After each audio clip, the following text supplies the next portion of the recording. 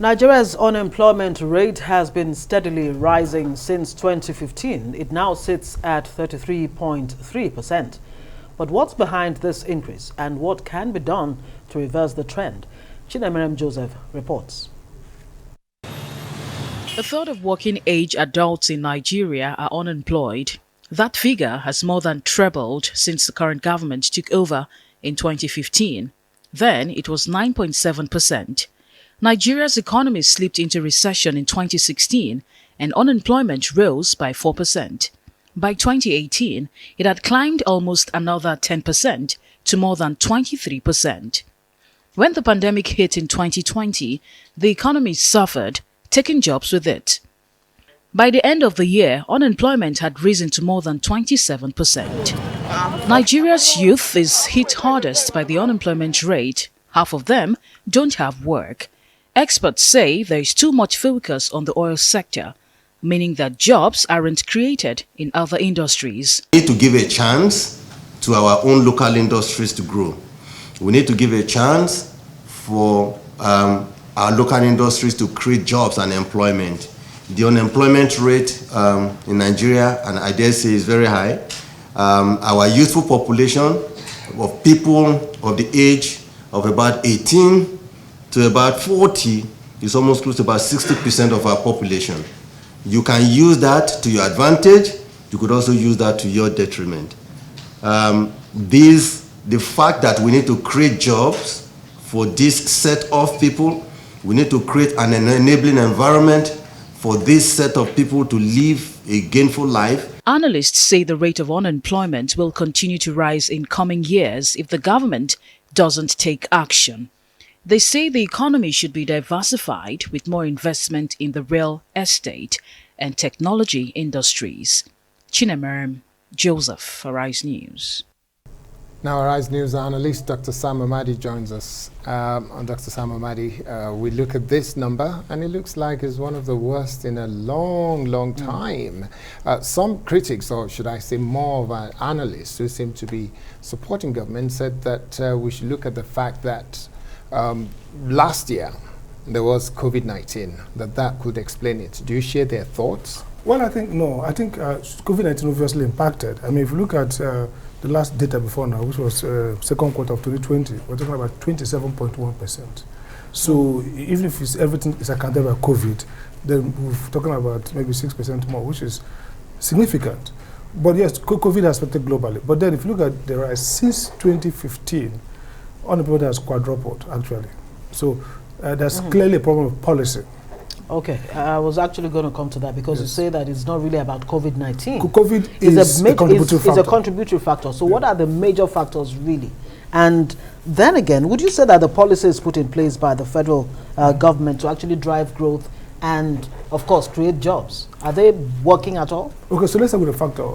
First is capitalization in terms of productive capacity. You know, we've run mostly oil-based economy, and the level of employment in oil-related area is not that much. Again, we talk in terms of stimulating the private sector. The conventional wisdom that the private sector is creator of jobs. The government cannot employ everybody. Now, if you look at that, for that to happen, you have to have large-scale industrialization, and that's where we got it wrong. So service sector can employ, but essentially the capacity to take people into employment relies a lot on industrial capacity. And for some time, because of power, because of some other economic fundamentals, we've seen de-industrialization rather than industrialization. Okay, that's one factor. Again, if you look at our school sector, the curriculum, the level of entrepreneurship, so we're not really matching education to changes in the economy, industrial changes. You know, all over the world, in the US, the countries get left behind because they're not adapting fast to the reality of change in the economy. And so what you do with training is to annex it to industry so that you're creating people, not just that they'll find job easily. Don't forget that the job market is also global now. Competition is global. People can come from Ghana anywhere and work for sectors in Nigeria. Outsourcing and exactly. Again, you need to also think in terms of, are we creating job in terms of startups? So if you look at the rate of startups, you know, data, about 40% of startups don't make it. So the things that would drive employment includes massive industrialization. Think about agriculture. We have mostly big, large holders who are getting most of the support, but we don't have small scale, medium, large enough.